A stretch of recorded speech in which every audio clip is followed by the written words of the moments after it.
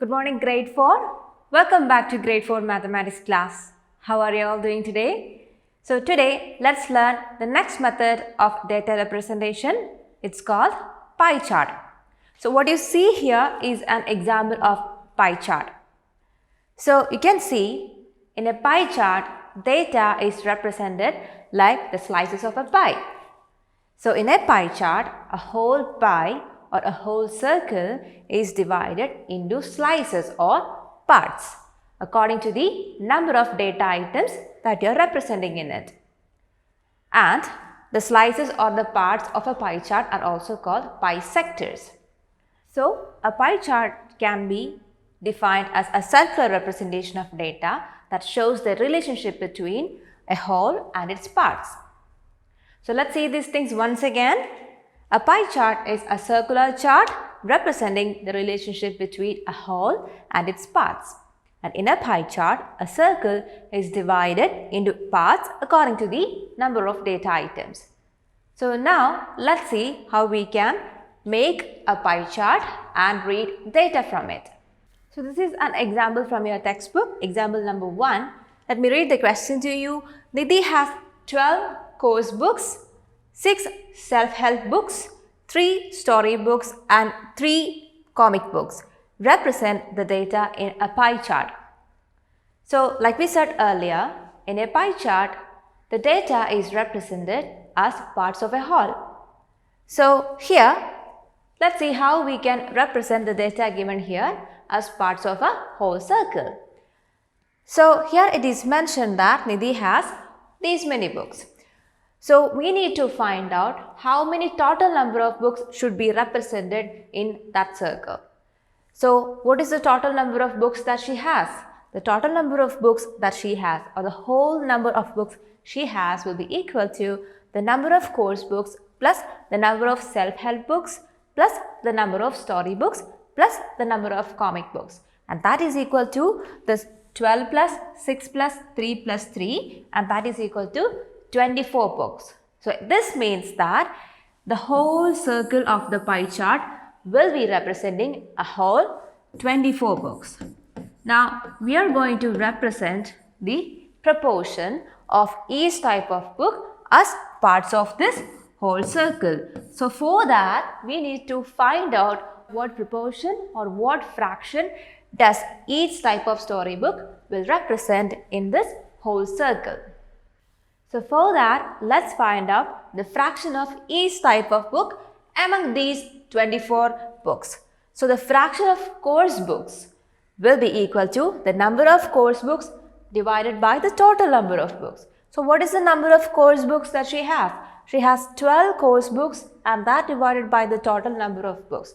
12 divided by 24, and when it is reduced to the lowest term, you will get it is equal to 1 by 2. So the fraction of course books is equal to 1 by 2, or half of the whole circle, or half of the whole 24 books. So how do we represent that in the pie chart? So first, let's draw one whole circle. Then the fraction of course books is half of the whole number of books, that is half of the whole circle. So let's just divide the whole circle into half. You can divide it like this or this, doesn't matter. Just make sure that you are dividing that circle into half, or 1 by 2. Now each of these part will represent a fraction of 1 by 2, right? So here I am dividing the circle into half like this, and this half, or 1 by 2, will represent the fraction of course books among the total 24 books. So now let's see what is the fraction of self-help books. Now we covered, or we marked the fraction or the part of the pie where it represents the course books. Now we are left with the other half, right? So among the other half, or the remaining 12 books, we need to find out what is the fraction of self-help books. So the fraction of self-help books will be equal to the number of self-help books divided by the total number of books. So that is equal to 6 divided by 24, that is equal to 1 by 4. So first we drew a circle, we divided that into half, or 1 by 2, 1 by 2, and this 1 by 2 represents what? Course books. the fraction of course books, and you're left with the other half. Now, in the other half or the other half of the circle, the fraction of self-help books is equal to 1/4. So this whole thing is 1/2. If you divide that into half, again half, each part will be 1/4. So this will be 1/4, this will be 1/4. So 1/4 will represent the fraction of self-help books. I am marking that this 1/4 here is the fraction of self-help books. Now, the next one. There are 3 story books. So now we are left with the other 1/4 of the circle, right? So among that 1/4, the fraction of story books will be equal to number of story books by total number of books, that is 3/24.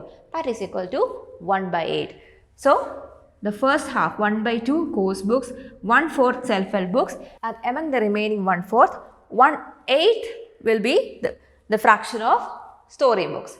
So how would you mark 1/8 or 1/8? See, half of 1/4 will be 1/8, right? Half of 1/4 is equal to 1/8. So if you divide this 1/4 into half like this, each of these parts will represent 1/8, right? So I divided this 1/4, this part of the circle, this quarter or this 1/4 of the circle into 2 halves, and this is 1/8 and this is also 1/8. These two are 1/8. Now 1/8 is the part or is the sector that represents the fraction of story books in this pie chart. Now we are left with one more. There are 3 comic books and the fraction of the comic books is equal to number of comic books divided by the total number of books.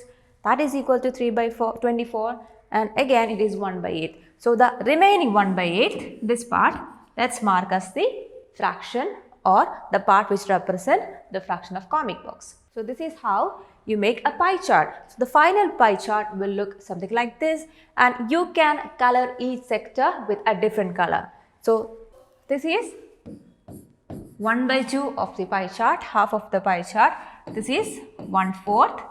This is 1/8, and this is also 1/8.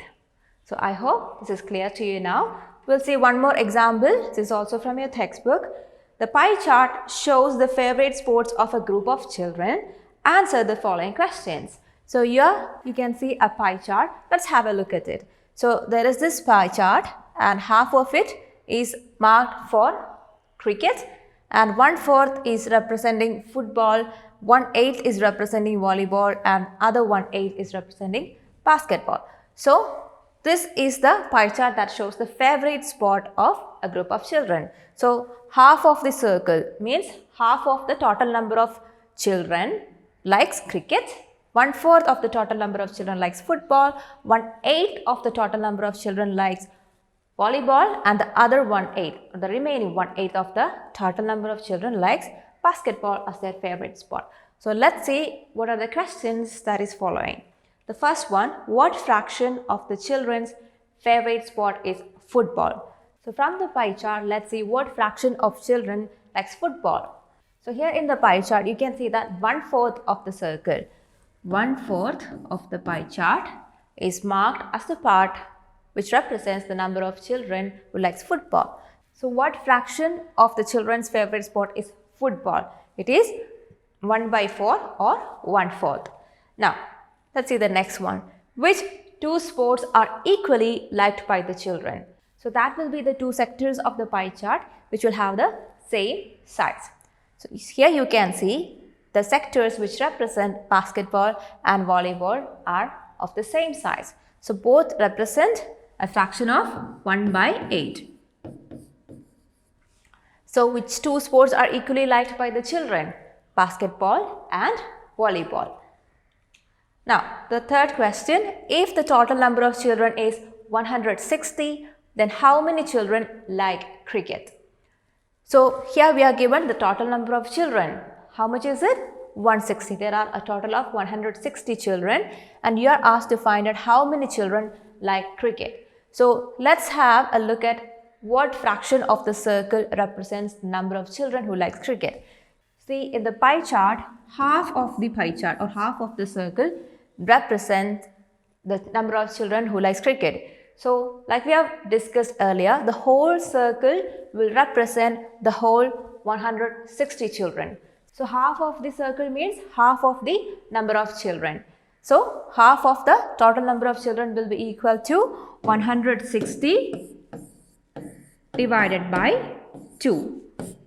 160 divided by 2. That is 1/2 or half of 160. And what is it? 80. So the number of children who likes cricket is equal to 80. So I hope these questions are clear to you. So we have seen how we can represent data in a pie chart and how to interpret data from a pie chart. So children, you can go through the topic pie chart in page number 178 of your textbook. Just go through the topic once and then move on to exercise 13.2, which is in page number 179. There are 3 questions given there based on this topic. Go through the 3 questions and work out them in your notebook. Now, below the exercise, there is a value education question under the heading VE, and below that, there is an activity called Maths Lab activity. You please go through these as well and do accordingly. So that's all for today, children. Hope the concept we learned today is clear to you. We'll see you in the next class. Till then, bye.